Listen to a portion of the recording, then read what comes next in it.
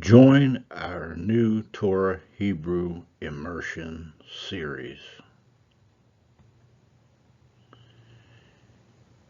Immerse in Torah and Hebrew.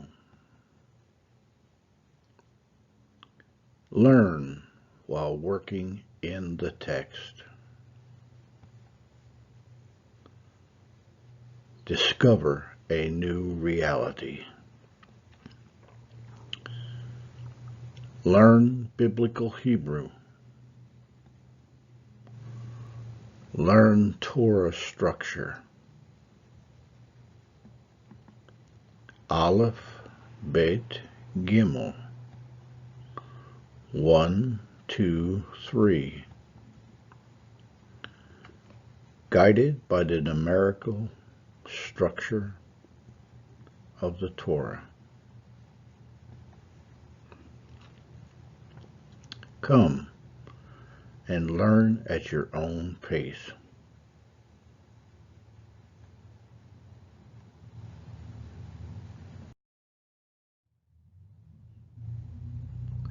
Language immersion.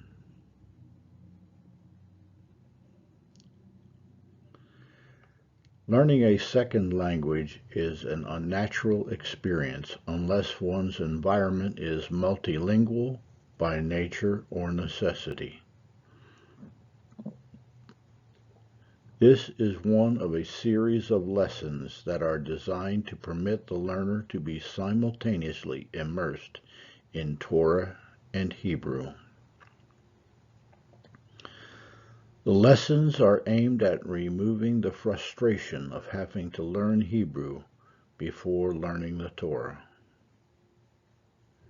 If our mission is successful, one will have difficulty differentiating whether he is learning Hebrew or Torah.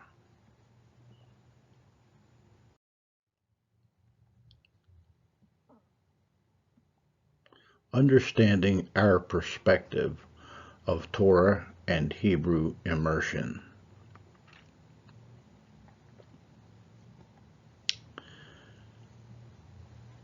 One, the Torah, the first 5 books of the Hebrew Bible, is not only the primary source of instruction, it is the divine source of instruction. The Creator is the author of the Torah. There are not multiple authors, according to this school of learning. The Torah is written in the Hebrew language, which has both a numerical structure and linguistic embellishments. Hebrew is the original language. God doesn't change. So if God spoke the Torah, he would have had to speak it in his original language, since he does not change. Therefore, Hebrew is the original language of man. The Hebrew of the Torah has a unique numerical structure embedded within it, and most of our teachings are centered around that structure.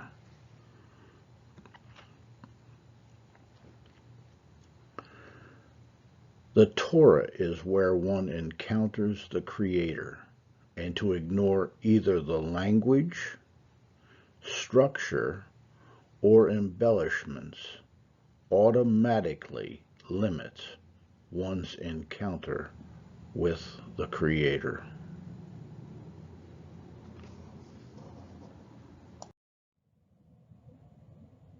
Understanding our perspective of Torah and Hebrew immersion.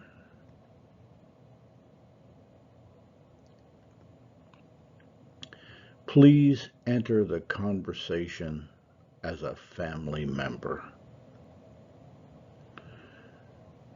You are seated at the family table, and notebooks are not required here. That doesn't mean you can't have a notebook or take notes or whatever, but It is not required for you to take notes.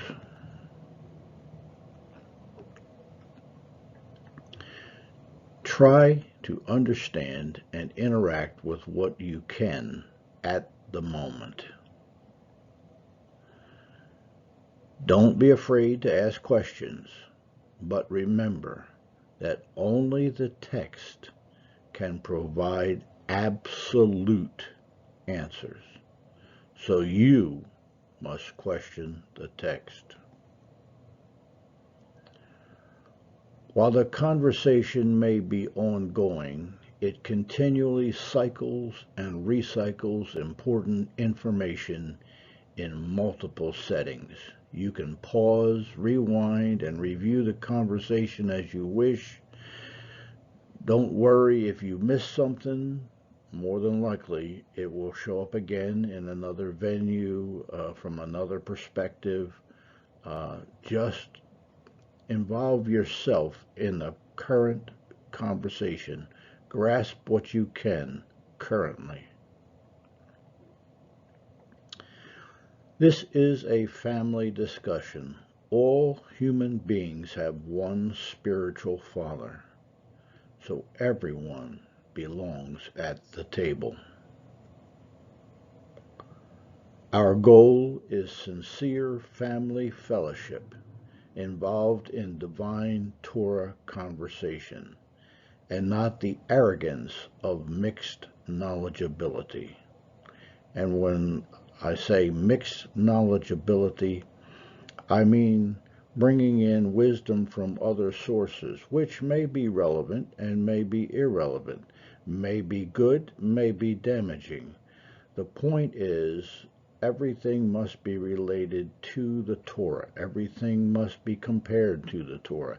The Torah rules over everything. So our conversation needs to be focused on the Torah. And that would exclude such things as the Talmud. It would exclude such things as the New Testament. It would exclude such things as the Quran. It actually excludes all religious works. The Torah is the words that God gave to Moses to write, and they are for the whole of the world, first to the nation of Israel, but then to all the nations.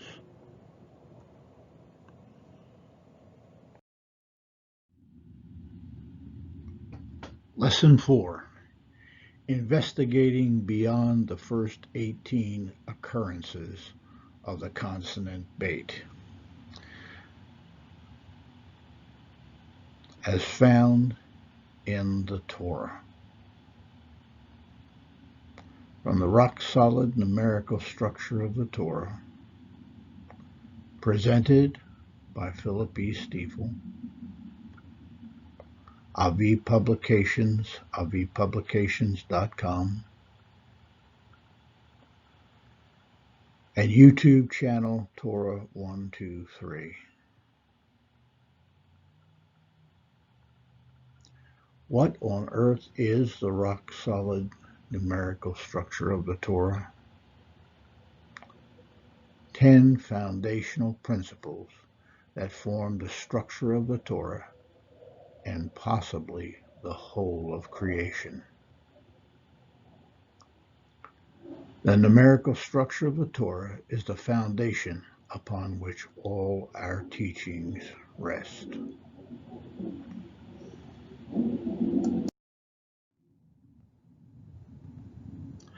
The numerical structure of the Torah. In other words, structure and foliage, numerals and letters,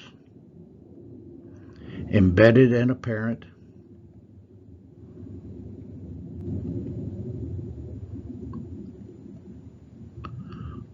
oh wow, the structure must have preceded the leaves.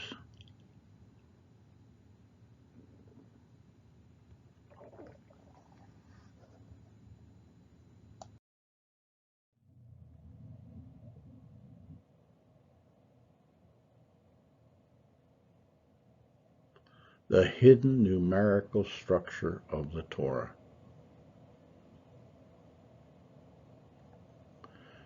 Well, Herbie, here they are, the Big Ten.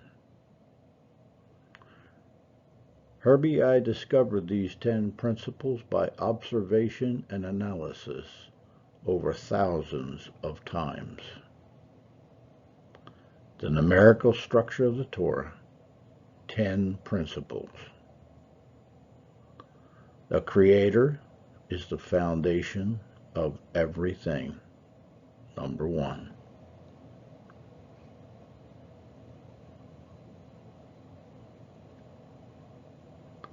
Number 2, division, separation, or 2 aspects of a matter.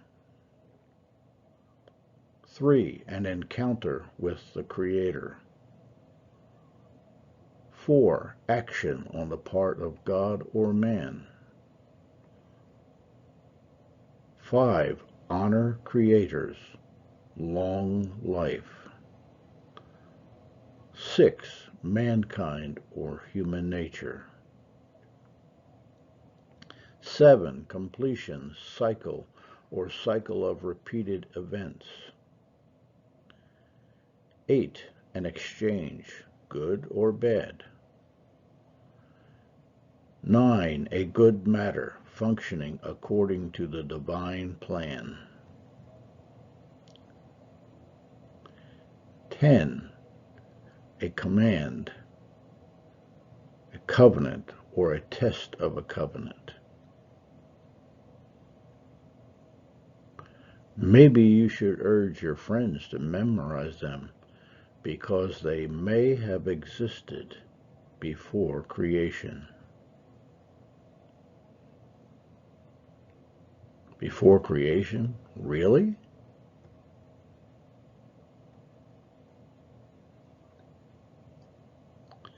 They might also be considered as 10 patterns of thought that weave the fabric of the Torah.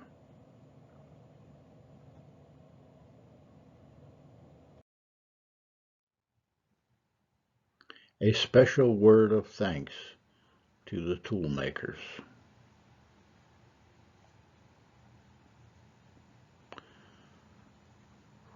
Without the capabilities of the Bible Scholar software, none of this research concerning the numerical structure of the Torah would have been within my grasp. You can examine and purchase Bible Scholar software at this address. All Hebrew consonant, syllable, and word searches. All punctuation and vowel pointing. All Hebrew to English translations and quotations. All the above tasks were performed with the Bible Scholar software. Please note that I do not receive any compensation from the Bible Scholar software. All quotations from the Hebrew Bible are from the Bible Scholar software unless otherwise designated.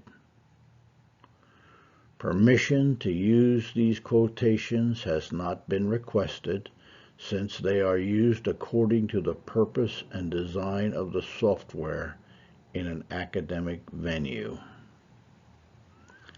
As a scholar researching the numerical structure, one would have to seek daily permission to publish each aspect of research. That is how reliant I am upon this software. The multitude of unique searches required to demonstrate the existence and validity of the underlying numerical structure could not be efficiently accomplished without a computer, the Bible Scholar search engine, and its accompanying translation. Microsoft PowerPoint provided a creative platform to pictorially present the truths of the numerical structure of the Torah.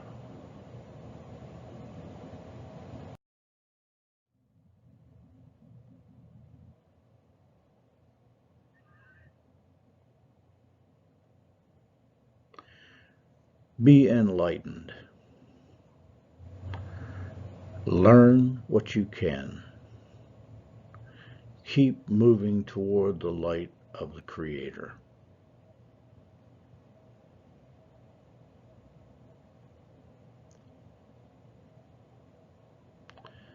Dear friends, this is Herbie, my primary student. He is my inner self, who, like an inquisitive child, asks many questions out of love and respect. He persists until he gets a suitable answer. Over the years, his questions have become more challenging, and his persistence is often unyielding. His quest for Torah knowledge began by observing and listening. His persistence led me to the gate of the numerical structure of the Torah, and today we are going to utilize that structure in relation to the consonant Beit.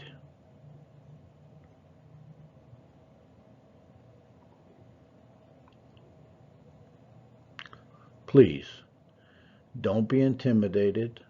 Learn as you go and at your own pace.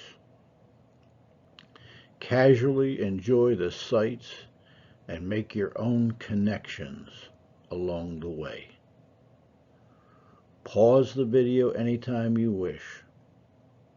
Please do not pressure yourself to retain all that you have encountered. The Torah by nature is repetitive.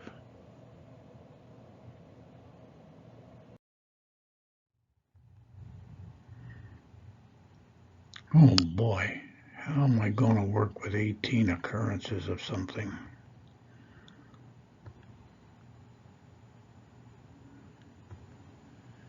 I know what you're thinking, Herbie, and the Creator provided a unique pattern within the numerical structure to help us fine-tune the matter. It is called the pattern of divine perspective, and it is found right here in these first 18 occurrences. There are 7 specific occurrences that will always reveal the divine perspective on a matter. Let's look at them. Oh boy, how am I supposed to sort all that out?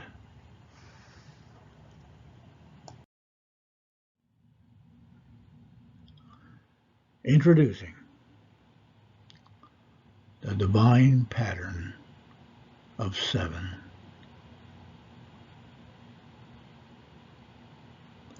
Herbie, here is the pattern of the divine perspective on a Torah matter. Now, this is not man's perspective. This is the pattern of the divine perspective on a Torah matter. This can be used on any Torah matter that you can research. Amazing. God's perspective. That's what we're looking at. We're not looking at man's. This is going to help us to understand God's perspective, how he sees things. As found in the basic pattern of 7 occurrences, which are found in these 18 occurrences that we have gathered together. Okay, here's the first occurrence. The first occurrence is the context, or you could say the foundation, and the Creator is the foundation of everything. The third occurrence, an encounter with the Creator. So we're looking, his pattern, his perspective involves the foundation and it involves the encounter.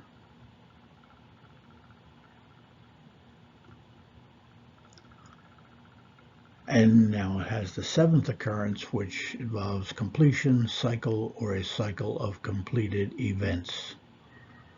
So it's going to have the completeness of the matter. It's going to have the ninth occurrence, meaning tov, or good, or what is considered good and functional.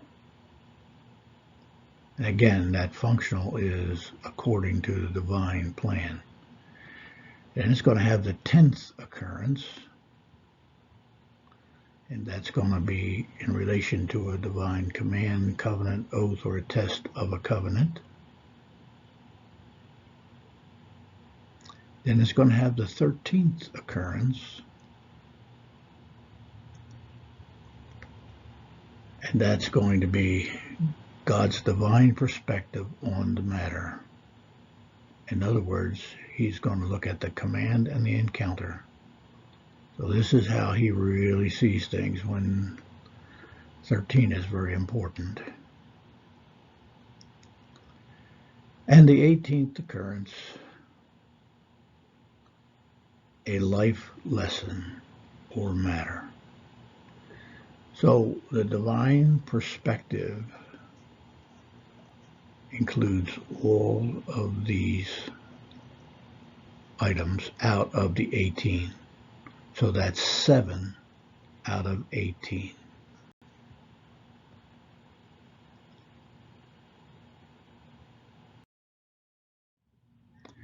Okay, now here we have the pattern of divine perspective, the 7 specific occurrences: 1st, 3rd, 7th, 9th, 10th, 13th, and 18th.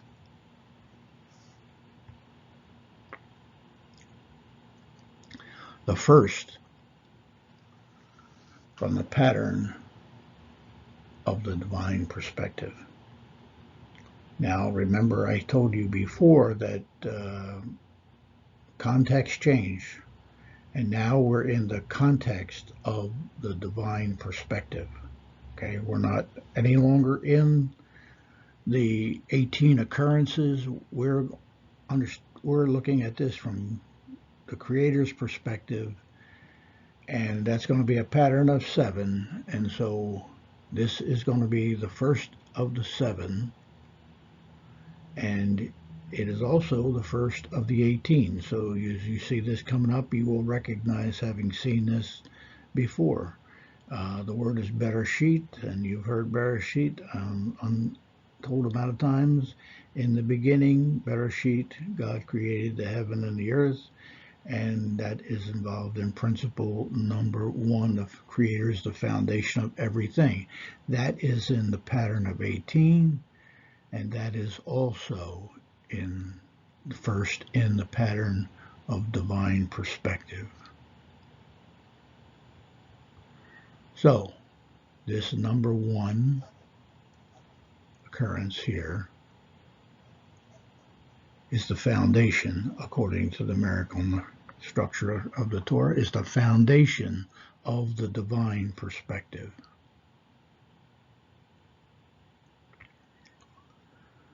This is where we started.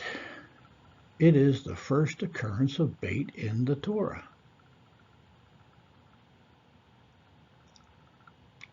Herbie, in both the life pattern of 18 and the pattern of divine perspective of 7, the first occurrence of something is the foundation of the matter.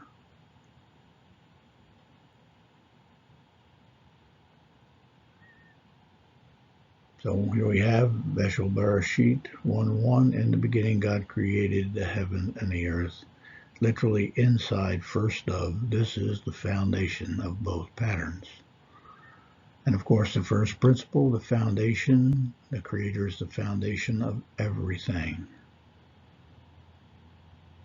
So this is the foundational meaning of Beit from the Creator's perspective inside.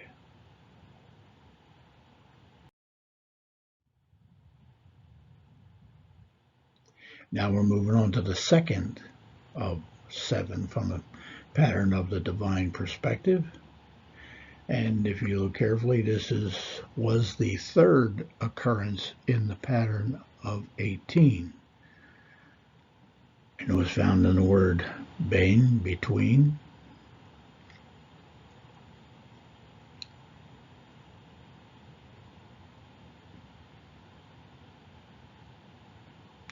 So there's the third occurrence, which is the third in the 18 down here, but it is the second in the pattern of the divine perspective.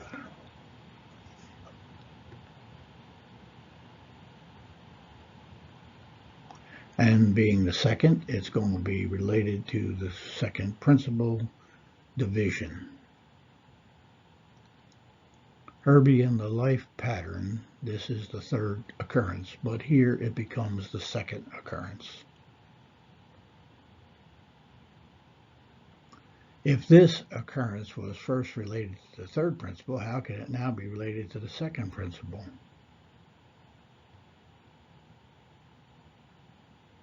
Herbie, that's not only a great question, it is also an important question. Thank you for bringing it to our discussion.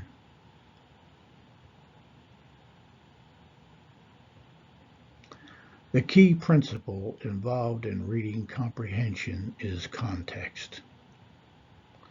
Context is an ever-changing scenario in any discussion, whether it is oral or graphic.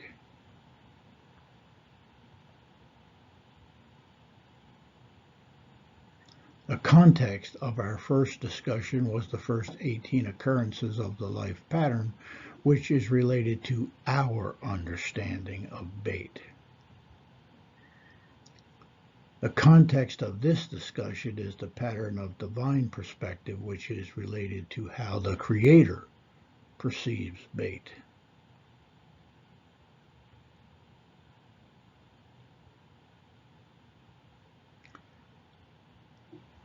So here,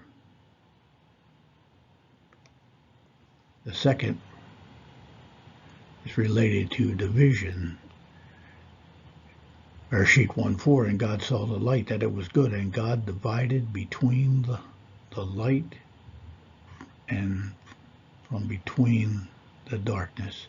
And again, here we have Beit, Bain, related to the light. The light contains something. What? The presence of the Creator. Vain, related to the darkness. Darkness is void, empty.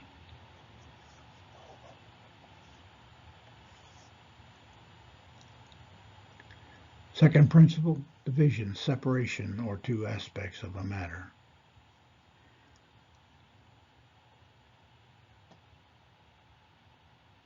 The Creator divided or separated the light from the darkness, from the inside. Inside. Again, there's these two different words, Bain, Uvain.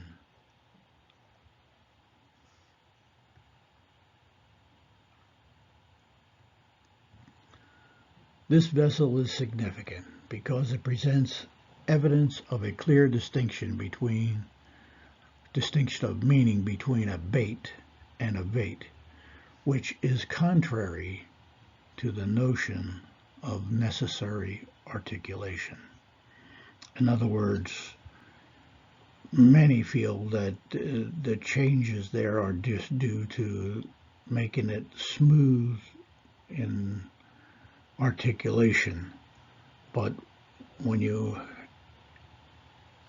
add in the dimension of a different meaning, that really puts a damper on that line of thought. The 6 Begad Kapat consonants have a purpose beyond their dual sounds. There you go. Even though some of those dual sounds have been lost over time, their meanings are accessible because their differentiation has been preserved in the text. Thank you, faithful scribes of Israel.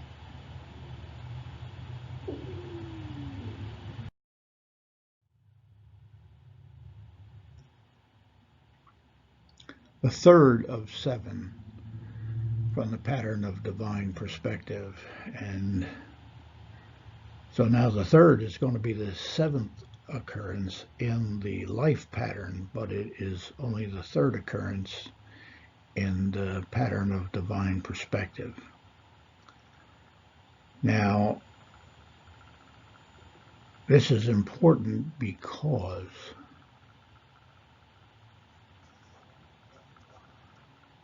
we encounter God at the 3rd. This is the 3rd, okay? So according to his perspective, this is where he's going to encounter us. I wonder what it's going to reveal here. Number 3, principle, encounter. Herbie, apparently from the Creator's perspective, the divine encounter is chiefly focused on the dry land. I don't think that people in general expect to encounter the Creator on the dry land.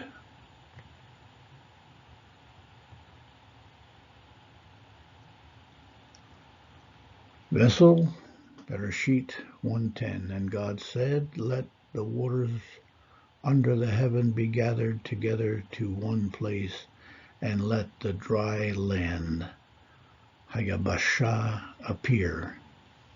And it was so.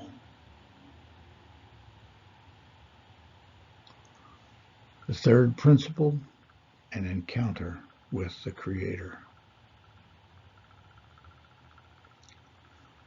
Man encounters the Creator in or within the environs of the dry land, inside.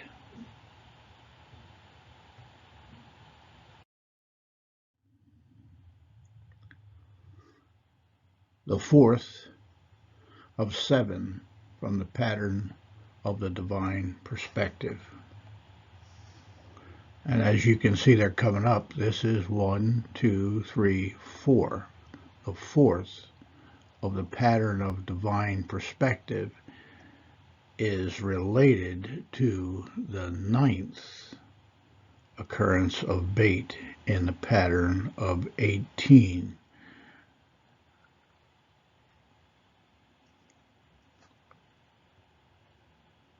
See there the relationship. But in the pattern of divine perspective, this is the 4th occurrence, and it is related to the 4th principle, action.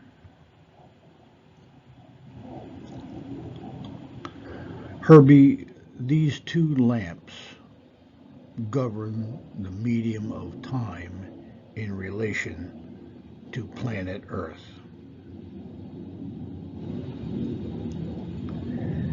In order for these lamps to function according to the divine plan of determining the passing of time on Earth, they would have to be set in precise positions, and we can find that in Bereshit 1:17.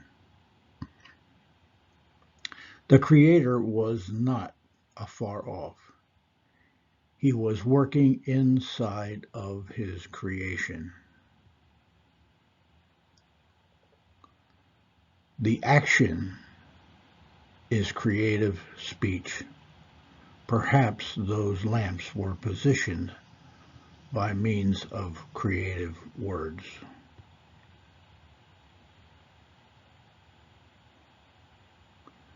Do you really think that it is possible that the lamps were placed verbally?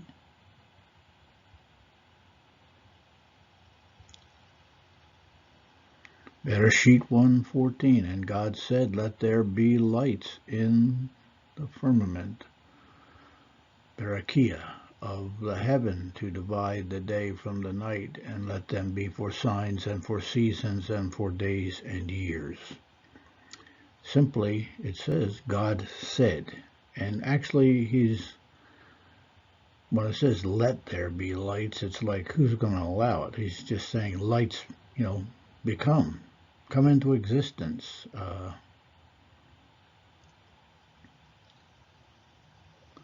The fourth principal action on the part of the Creator, man or both. Of course, this is action on the part of the Creator. The action of placing the two great lights took place in the firmament, which is inside the medium between the heavens and the earth. Inside. You see how deeply embedded this term inside is.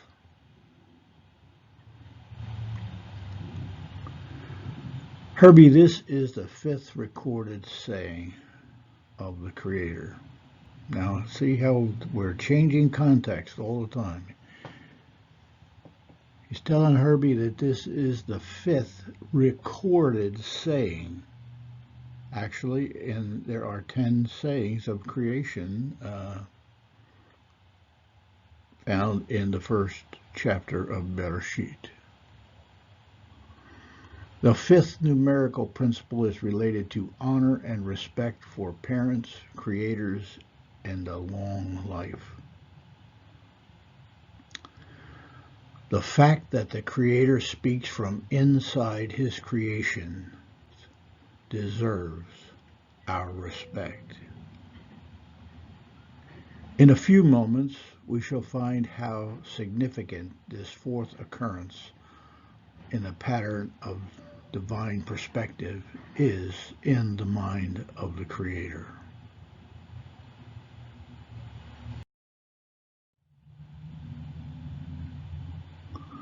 Fifth of 7 from the pattern of the divine perspective. So as you see, we can count over 1, 2, 3, 4, 5. The fifth one in the pattern of divine perspective is the 10th one in the pattern of life, having 18 occurrences.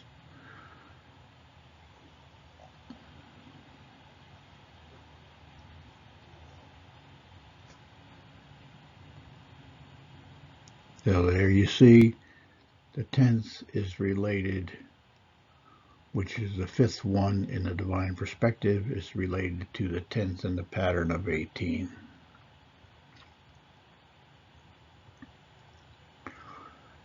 Okay, in the pattern of divine perspective, number 5 means honor.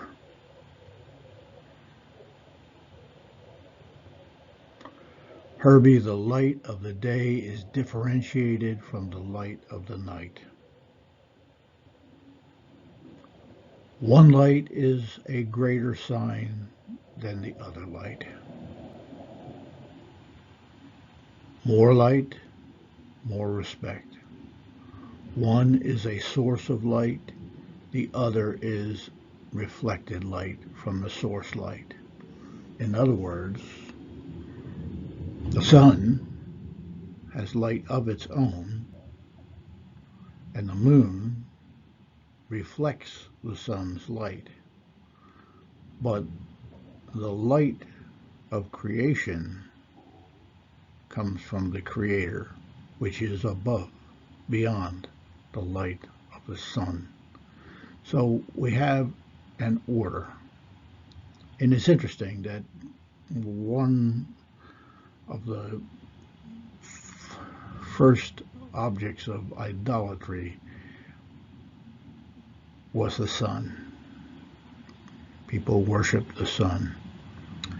And as you can see, when you're worshiping the sun, you're worshiping a created object. You are not worshiping the Creator. His light is very different than the light of the sun. But the point is that there is an element of respect here that is greater light means more respect. And the light of the Creator obviously is the greatest, then the light of the sun, and then the reflected light of the moon.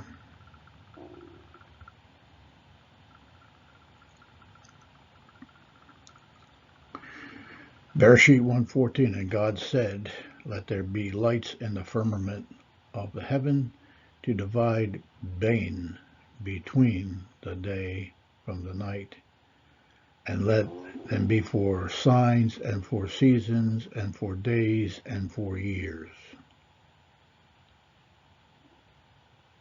The fifth principle, honor and respect for parents, creators, a long life. The place of the division is between daylight and moonlight portions of the day, or within or inside the whole day, inside.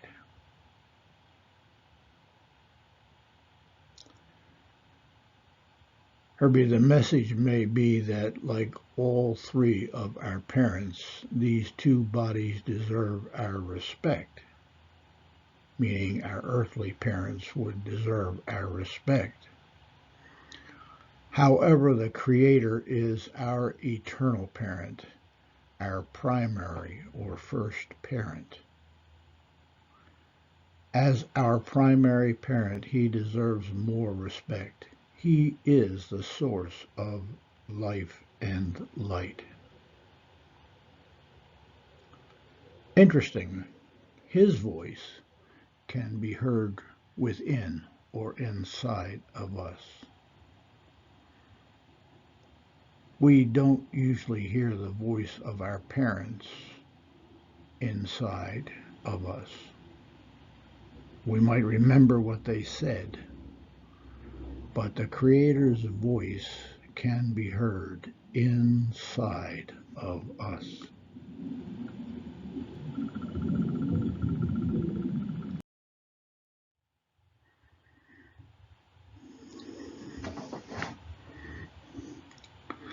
Sixth of seven from the pattern of the divine perspective. So if we count over 1, 2, 3, 4, 5, 6, the sixth occurrence, according to the pattern of divine perspective, correlates with the 13th occurrence of Beit in the pattern of 18.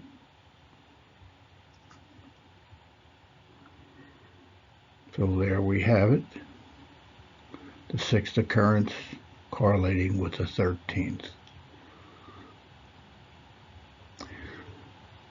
6, according to the numerical structure of the Torah, is related to mankind or human nature.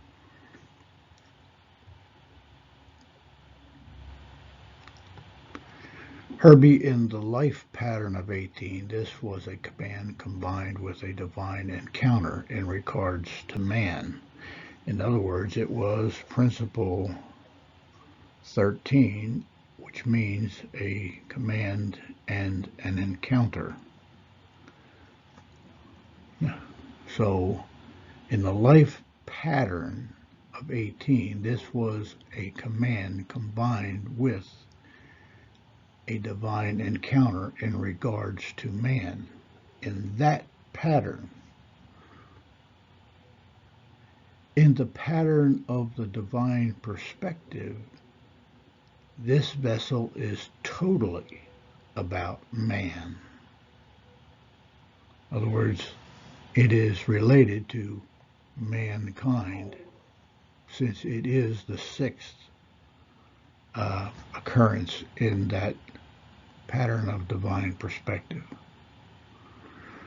We should ask the question why there is a transition of thought on the part of the Creator.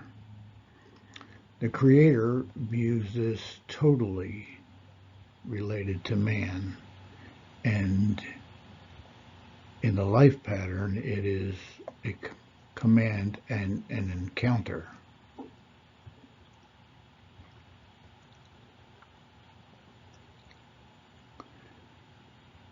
Bereshit 1:18, and to rule over the day and over the night, and to divide Bain between the light from the darkness. And God saw that it was good. The sixth principle related to mankind or human nature. The firmament is inside the medium of the heavens and the earth. Inside.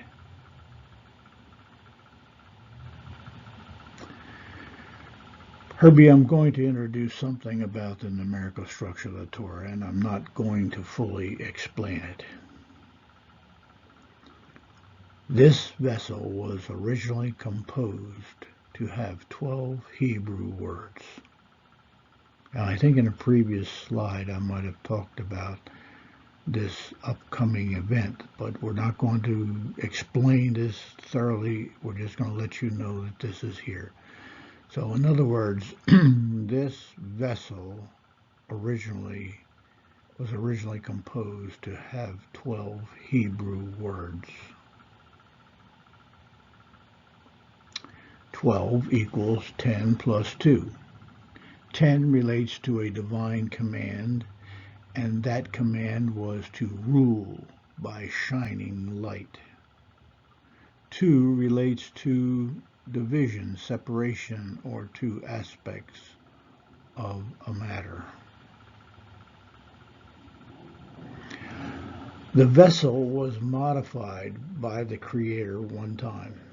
Now, we actually have a way to know where the Creator modified a text. Now, just wrap your mind around this for a moment. There are 5,846 verses or vessels in the Torah. There are over 11,400 modifications made to the Torah by the Creator. Now, I'm not going to fully explain that, or I'm not even going to attempt to. You're going to have to catch up on this later on. But the point is that this is known and observed behavior in the text. He modified this vessel one time. The one modification relates to the foundation. The Creator is the foundation of everything. The one modification that the Creator made caused the final Hebrew word count to become 11 Hebrew words instead of the original 12 Hebrew words. 11 equals 10 plus 1. 10 relates to a divine command, and that command was to rule by shining light. 1 relates to the foundation. The Creator is the foundation of everything.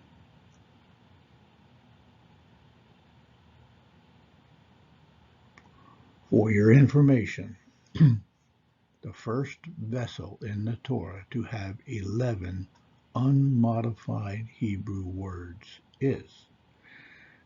Now, when I say has 11 unmodified Hebrew words, it means that there are approximately over 1,000 vessels of the Torah that have no modifications made to them. They are considered absolute.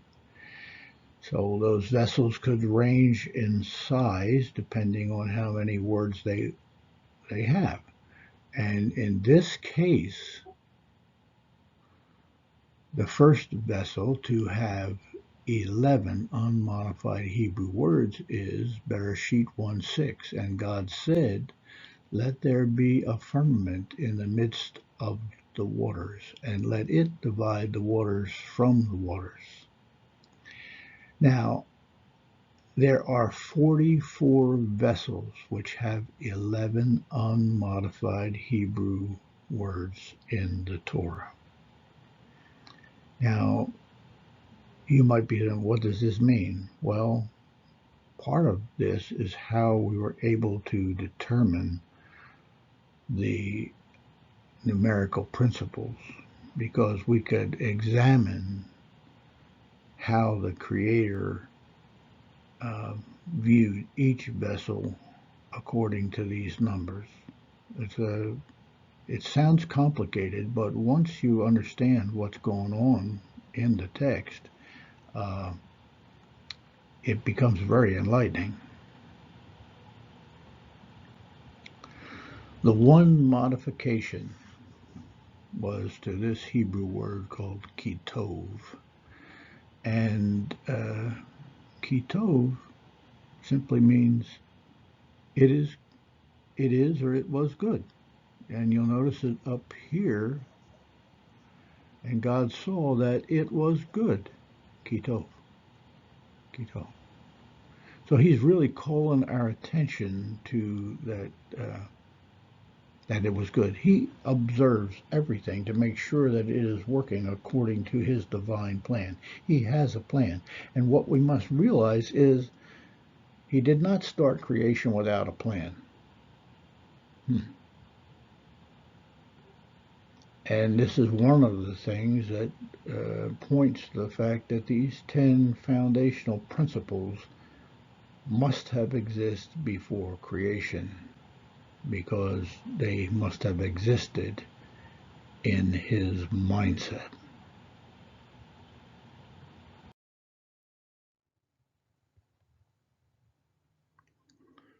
Seventh of 7 from the pattern of the divine perspective. Of course, 7th is the 18th. 1, 2, 3, 4, 5, 6, 7 is 7th of the pattern of divine perspective, is the 18th in the life pattern which is coming up before you.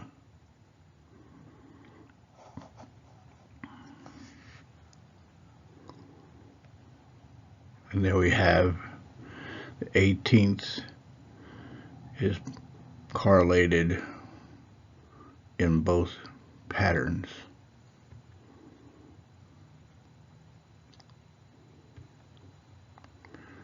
So in the pattern of divine perspective, this 18th occurrence of Beit is the 7th occurrence, and it completes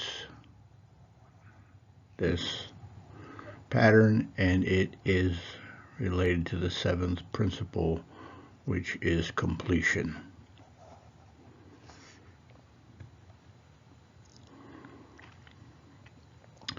Herbie, in both patterns, the 18th occurrence completes the pattern of the Creator's thoughts.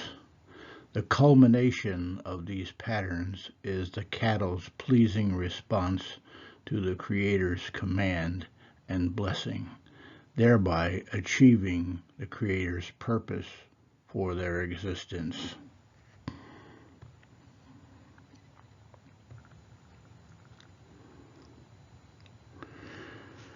This comes from Bessel, Bereshit 1:24, and God said, "Let the earth bring forth all kinds of living creatures."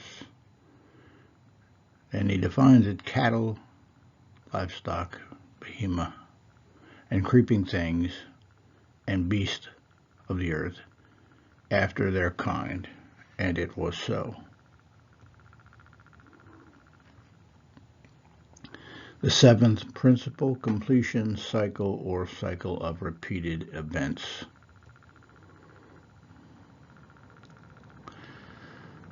The cattle have primarily followed the commands of the Creator in terms of diet and habitation. Apparently. I mean, we don't know this for sure, but there seems to be a very strong connection here in this occurrence.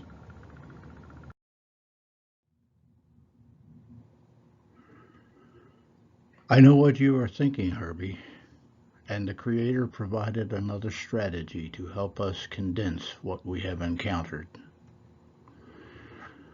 I like to call it the root strategy since it involves 3 items, which is like the 3-word root system of most biblical Hebrew words. There are 3 specific occurrences that will always reveal the root of the divine perspective on a Torah matter. Let's look at them. Wow, that's better, but there's still a lot to remember.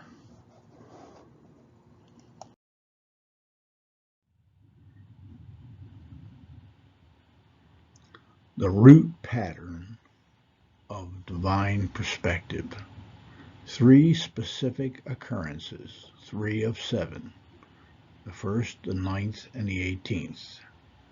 So what we're looking at here, this is the root pattern of the divine perspective, which has 7 occurrences. So we're going to have 3 specific occurrences of the divine perspective, which has 7.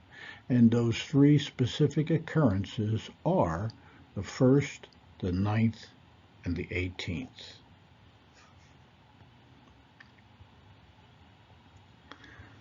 First of 3.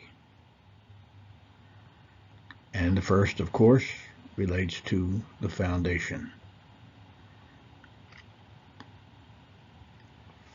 And as in all of these patterns, the foundation does not change. It remains constant. So the foundation of all these patterns is the word Bereshit.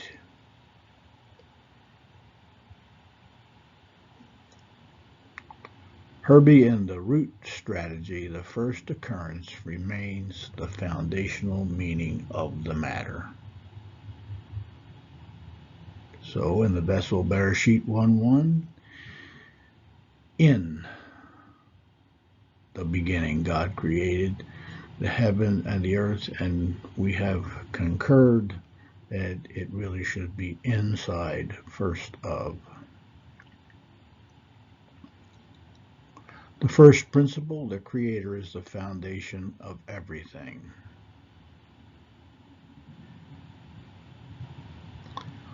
This is the foundational meaning of Beit, inside. Be enlightened, learn what you can, keep moving toward the light of the Creator.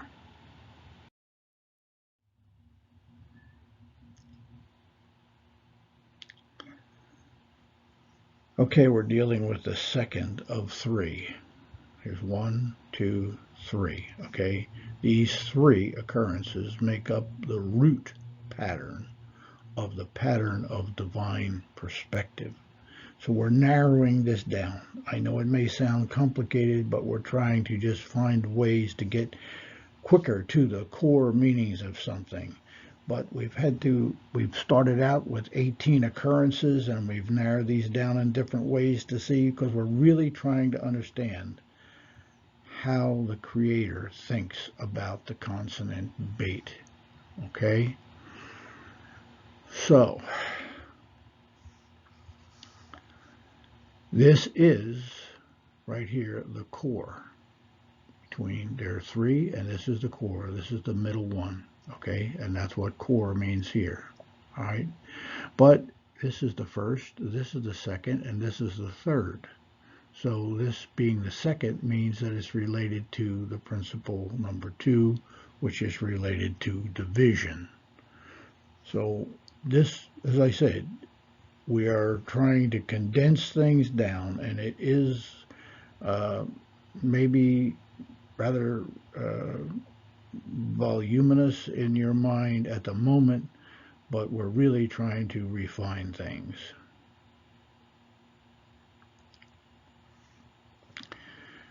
So what we have coming up now is what was originally the 9th occurrence of Beit in our first 18 that we researched. This was the 9th occurrence, okay?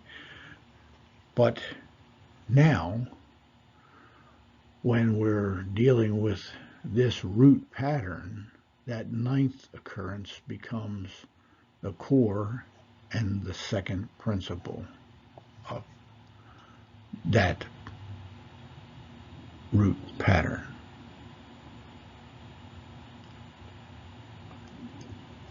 And God said, "Let there be lights in the firmament of the heaven to divide between Beit, the day from the night, and let them be for signs and for seasons and for days and for years." Now, that second principle here is this: division, separation, or two aspects of a matter.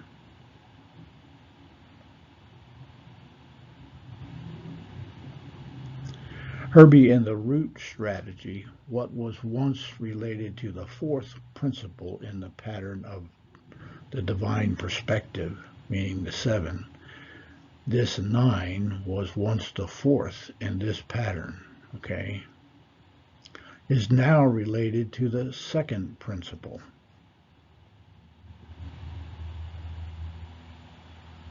The second principle, division, separation, or two aspects of a matter. The two aspects are day and night. This vessel and its new corresponding principle becomes the core of the three elements. So we've talked about this now. This is the core meaning of this root pattern. So instead of dealing with 7, now we're dealing with 3, and this is the core meaning of the 3.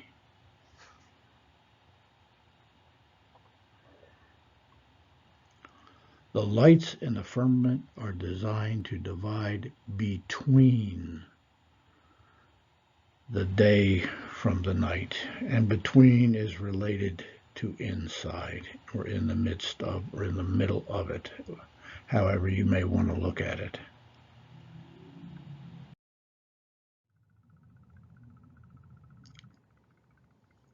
Three or third. Culmination and encounter. Of the three occurrences concerned with the root pattern, this is the third occurrence, and it is the culmination of the root pattern. Also, since it is the third, it relates to the third principle and encounter.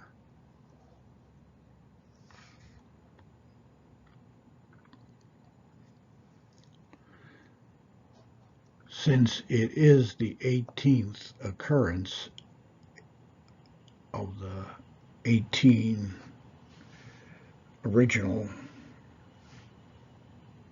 occurrences that we researched, it finds its parallel down here.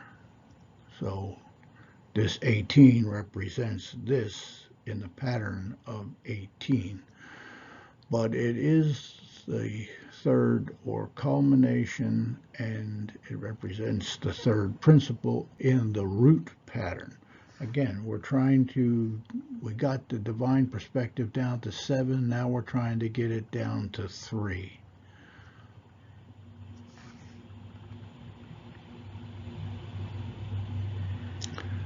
The vessel, Bereshit 1:24, and God said, "Let the earth bring forth all kinds of living creatures, cattle," meaning livestock, behemah, and creeping things, and beasts of the earth after their kind, and it was so.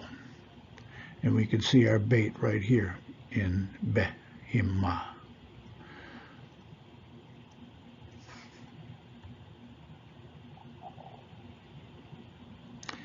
And that, of course, is related to the third principle, since it is the third in the root pattern, and that means an encounter with the Creator.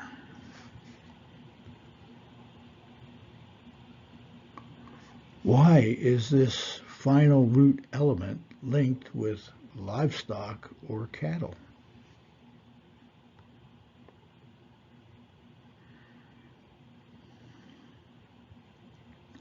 Herbie, that's a good question, and I do not know the complete answer. However, one thing that I have observed is that the livestock or cattle seem to have observed the Creator's commands more closely than the other living creatures. Cattle over the ages appear to desire to remain herbivores as they were once commanded. As I said, now the third principle relates to an encounter with the Creator. The cattle have primarily followed the commands of the Creator in terms of diet and habitation, and perhaps that is the encounter that we're looking at here. Livestock provides the bulk of the acceptable animals which are prescribed in the Torah for sacrificial purposes, which definitely relate to a divine encounter.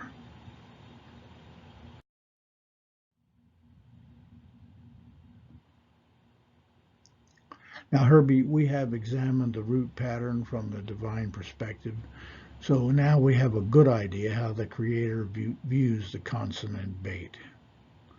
The root pattern of the divine perspective is an odd number 3. Therefore, it has a single core, meaning 2, between 1 and 3.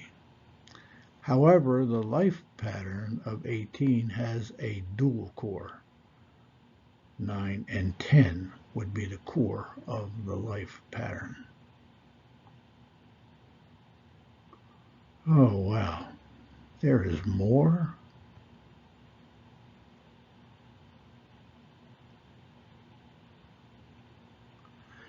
The life pattern relates to man's perspective, or how man should view the consonant Beit. In the next slide, we shall view the 3 aspects of the life pattern and its dual core. Let's look at them.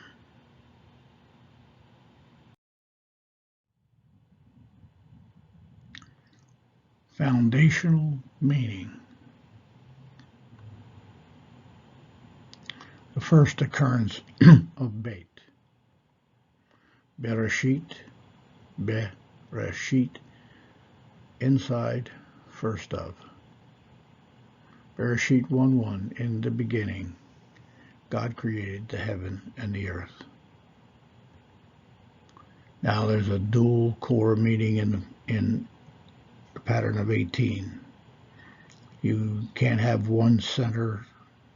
It takes 2 to be the core of 18. So the first one of that core of 18 is the 9th occurrence of Beit.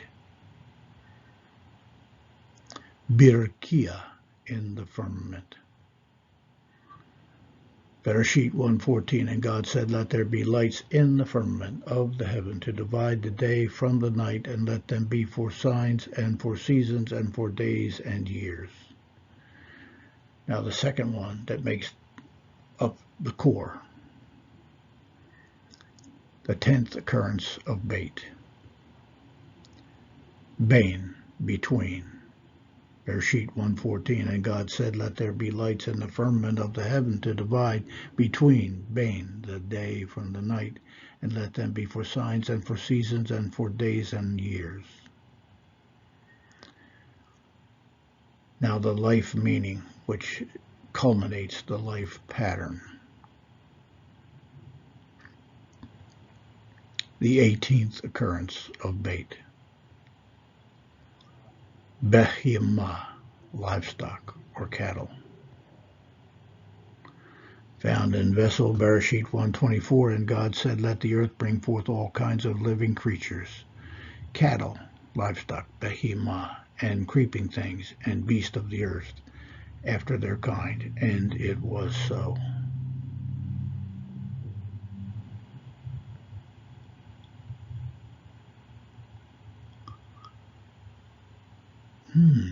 The Beit can also be investigated in the same manner, but it won't relate to inside.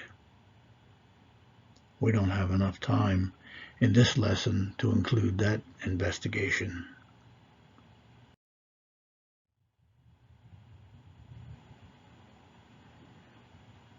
Herbie, we've discovered a lot of wonderful Torah insights in this investigation of Beit. However, the most important item that we need to be sure to memorize is that context matters.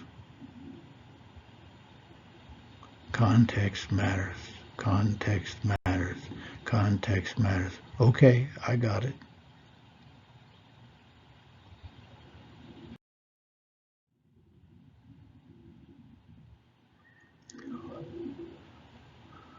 Memorize the three main elements of comprehension. 1. Context. 2. Context. 3. Context. Let's do it again. 1. Context. 2. Context. 3. Context. In a nutshell, context is essential to both oral and written comprehension. Therefore, the only investigational source employed throughout our family of venues is the Torah text. No outside sources drive our investigation of the Torah. The secular glasses have been removed, the Jewish glasses have been removed, and the Christian glasses also have been removed. We use the context lenses exclusively.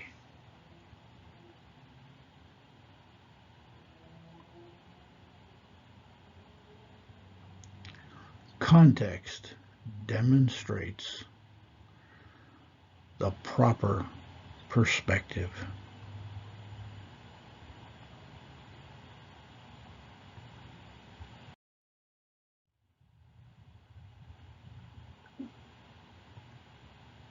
Herbie, I know that we are by no means proficient in biblical Hebrew, but if our intent of knowing Hebrew is to know the Creator and His Torah, then we have made immense progress. We have learned our Father's Hebrew from His perspective. Perhaps our viewers should ask themselves how much they learned about the Torah and Hebrew.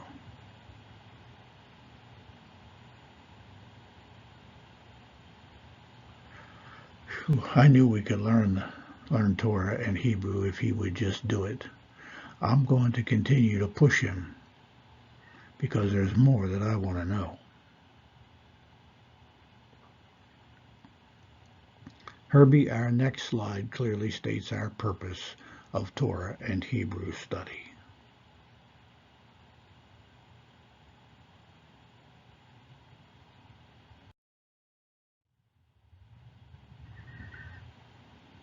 A closing word of instruction to a man of understanding, a Maskil, Jeremiah 9:22 and 23. Thus says the Lord, let not the wise man glory in his wisdom, nor let the mighty man glory in his might. Let not the rich man glory in his riches, but let him who glories glory in this, that he understands and knows me, that I am the Lord who exercises loving kindness, justice, and righteousness in the earth, for in these things I delight, says the Lord. Amen. Baruch atah Hashem.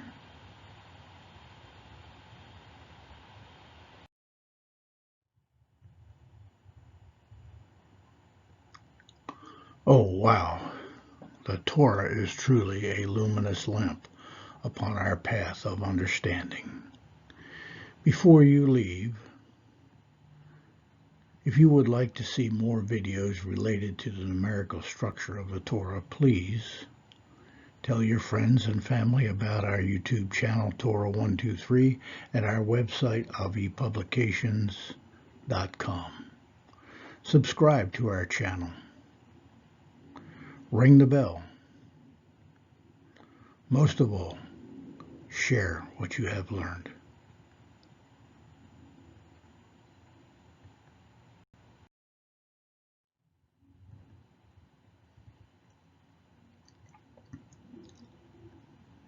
Please join us for our next journey down the path of understanding concerning the numerical structure of the Torah. Also, please visit avpublications.com and Torah123 for more informative articles related to the numerical structure of the Torah.